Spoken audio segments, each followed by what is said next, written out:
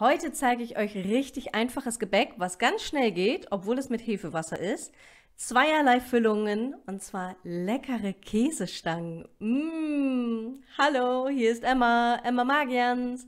Herzlich willkommen hier auf meinem Hefewasserkanal.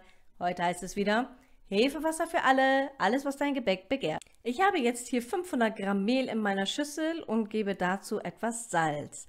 Die genauen Angaben wie immer unten unter diesem Video. Dazu gebe ich eine ordentliche Portion Hefewasser. Wieso ich meine Hefe selber herstelle und wie einfach, lecker und bekömmlich das geht, erfahrt ihr oben rechts unter dem i in der Playlist. Dann habe ich Butter hinzugegeben, das habe ich vergessen zu filmen, entschuldigt bitte. Und dazu kommt auch noch ein bisschen Lievito Madre oder alternativ den normalen Sauerteig. Das soll nämlich ein Turbo werden. Dieser Teig für die Käsestangen muss nicht aufgehen. Selbstverständlich könnt ihr ihn aufgehen lassen. Ich zeige euch aber die schnelle Variante, wie ihr ihn einfach direkt zubereiten könnt, wenn es mal schnell gehen muss. So, ab damit in den Mixer. Wenn ihr mit Dinkelmehl arbeitet, wisst ihr ja vielleicht schon, 5 bis 8 Minuten einmal durchkneten lassen, Weizenmehl 10 bis 15 Minuten. Demnächst kommt auch noch mal ein Video zu den verschiedenen Mehlen, wieso, weshalb, warum das mit dem Gluten ist. Das erfahrt ihr dann natürlich.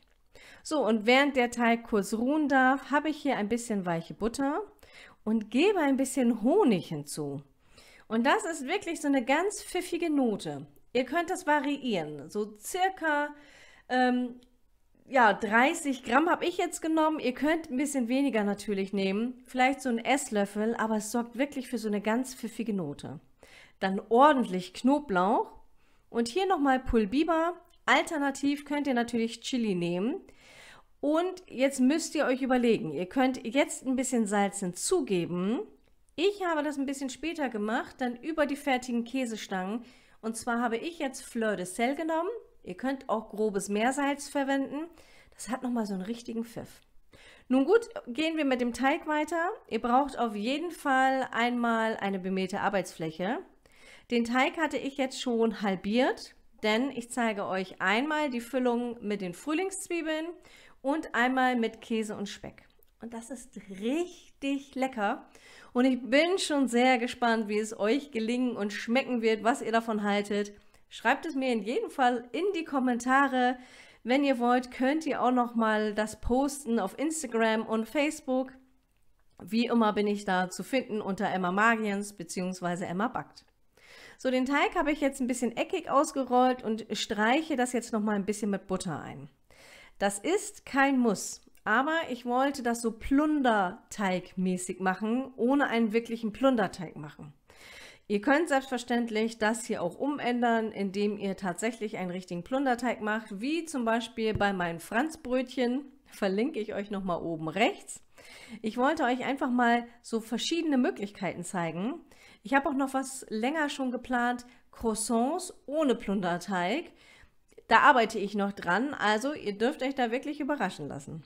So, einmal zusammengefaltet und immer schön Mehl auf die Arbeitsfläche, denn durch Hefewasser in Verbindung mit Lievito Madre ist der wirklich sehr schwammig, der Teig, also wirklich unheimlich weich, aber später schön knusprig und lecker. Ich kann euch das wirklich versprechen.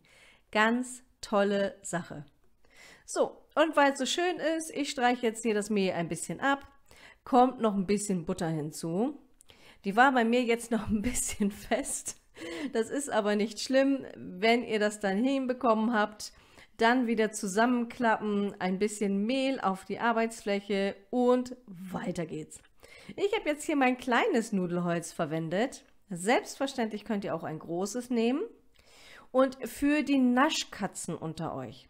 Ich könnte mir auch vorstellen, dass alternativ zu dem deftigen so eine Marmelade oder eine Schokocreme später obendrauf auch sehr lecker schmecken könnte.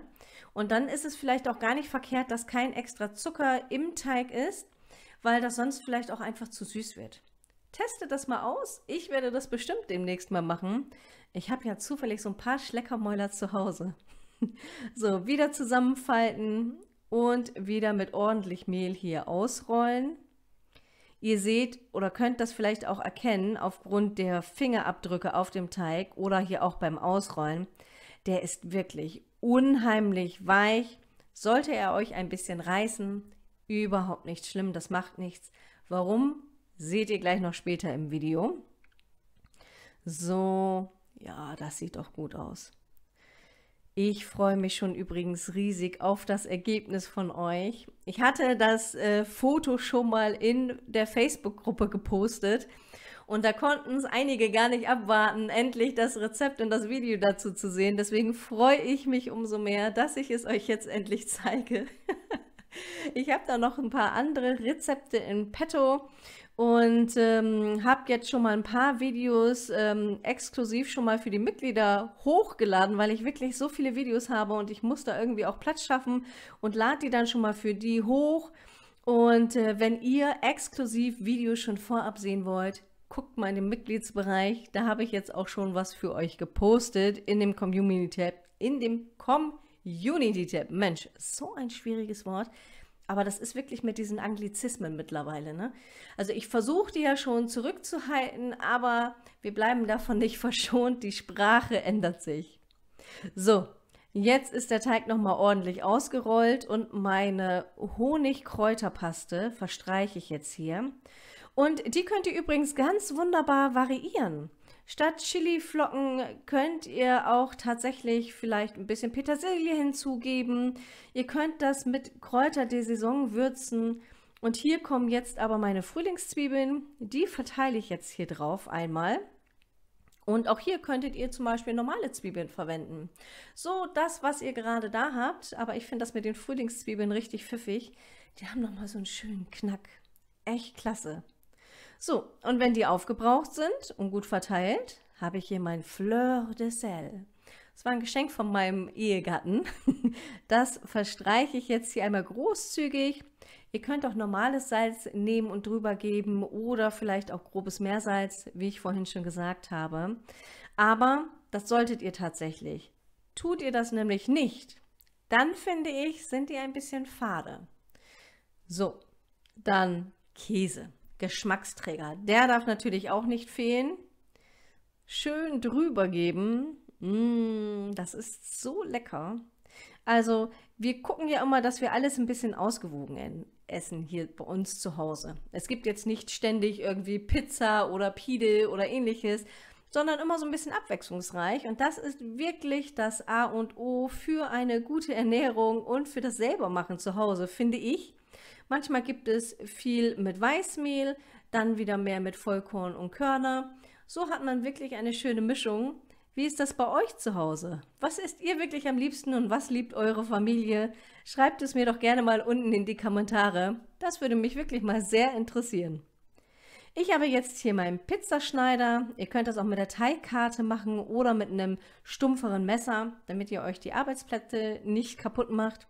Und damit rolle ich mir jetzt so circa 1 cm dicke Streifen und zwirbel die dann auf ein Backblech. Den Ofen heize ich schon mal vor auf 200 Grad Ober- und Unterhitze. Ja, wenn da was daneben geht, ist es nicht schlimm. Hier nochmal eben verteilen. Und hier die zweite Variante. Genauso vorbereitet wie die erste. Und die Käsestangen sind nämlich jetzt im Ofen circa 20 bis 30 Minuten.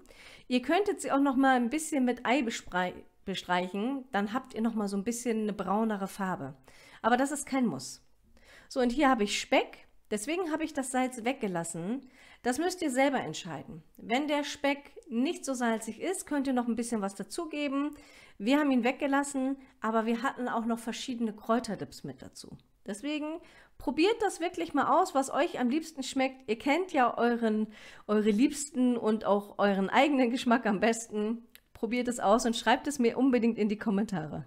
So lecker ist jetzt gleich das Ergebnis und ihr seht jetzt hier noch einen kleinen Dip, den ich gemacht habe. Viel Spaß beim Nachmachen!